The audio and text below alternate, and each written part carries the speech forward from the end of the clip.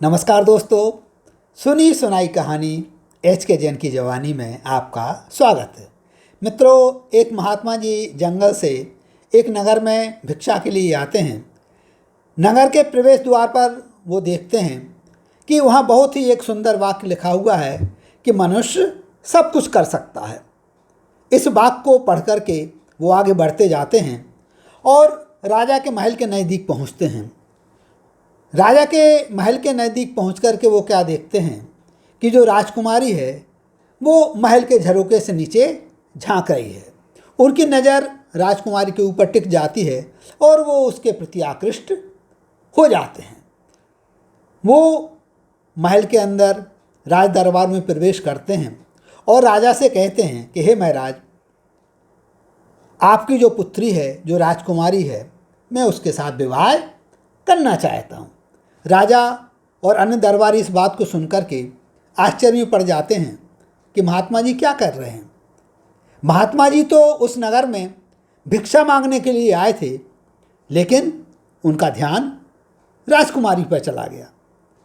राजा उनको समझाते हैं, लेकिन महात्मा जी नहीं मानते हैं और कहते हैं कि यदि आप अपनी पुत्री का विवाह मेरे साथ नहीं करेंगे तो मैं अन्न जल का त्याग कर दूंगा। राजा विचलित हो जाता है। वो सोचता है यदि ऐसा होगा तब तो मेरे ऊपर साधु की हत्या का पाप लगेगा। राजा मंत्रियों से चर्चा वार्ता के उपरांत महात्मा जी से यह कहते हैं कि हे महात्मा जी, आपके पास यह जो कमंडल है, यदि आप इसमें समुद्र के रत्न भर करके लेकर के आ जाएंगे तो मैं अपनी पुत्री का विवाह आपके साथ कर दूंगा।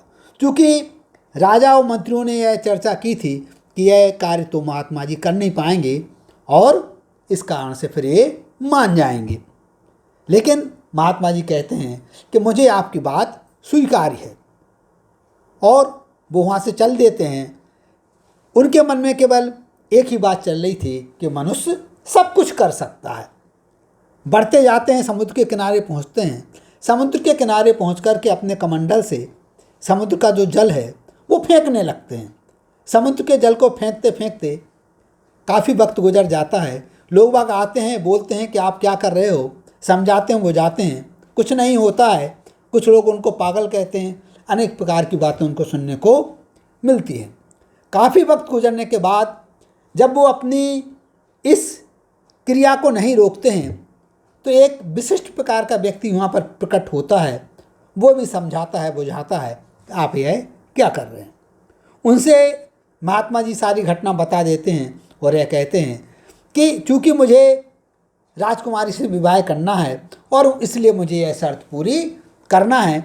मनुष्य सब कुछ कर सकता है, मैं यहाँ से रत्न लेकर के ही जाऊँगा। बिना रत्न लिए अपने कमंडल में समुद्र के रत्नों को भरे बिना मैं यहाँ से एक कदम भी पीछे नहीं हटूँगा। जब वह व्यक्ति इस बात को सुनता है तो वह महात्मा जी पर प्रसन्न हो जाता है। वास्तव में वह कोई सामान्य व्यक्ति नहीं था, बल्कि समुद्र का ही एक देव था। महात्मा जी से प्रसन्न होकर के वह कहता है कि आप अपना कमंडल मुझे दीजिए, मैं इस समुद्र का ही एक देव हूँ और मैं आपके कमंडल में रत्न भरे देता हूँ। वह देव महात्मा जी से कमंडल लेकर के जाता है, रत्नों से भर करके महात्मा जी को वापस दे देता है। महात्मा जी उस कमंडल को लेकर के दरबार में पहुंचते हैं, राजा को समर्पित करते हैं। मंत्री और राजा देख करके आश्चर्यचकित रह जाते हैं कि यह कमाल कैसे हो गया। लेकिन चूँकि वो अपने संकल्प से बंधे हुए थे, इसलिए अपनी पुत्री का विवाह करने की जो तैयारी है वो महात्मा जी के साथ शुरू कर देते हैं।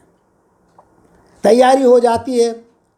जैसे ही महात्मा जी तैयार हो रहे होते हैं विवाह के लिए और मंडप में जाने की तैयारी हो रही होती है, उसी समय उनके मन में एक विचार आता है कि मनुष्य सब कुछ कर सकता है, लेकिन मैं यह क्या कर रहा हूँ। मैं तो साधु था, मैं तो महात्मा हूँ और मैं तो गलत रास्ते पर जा रहा हूँ। जैसे ही उनके मन में ये विचार आते हैं तो उनका जो हृदय है वो व्याकुल हो जाता है।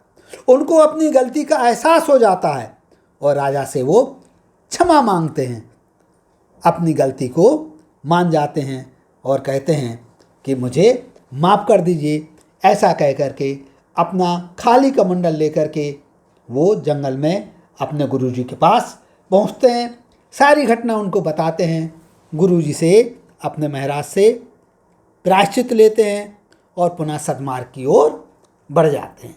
तो मित्रों, वास्तव में मनुष्य के अंदर ऐसी सामर्थ्य है कि वो कुछ भी कर सकता है, लेकिन अपने विवेक का इस्तेमाल करते हुए हर समय ये प्रयास करना चाहिए कि हमसे कभी भी कोई भी गलत कार्य ना हो सके। नमस्कार, जय हिंद, जय भारत।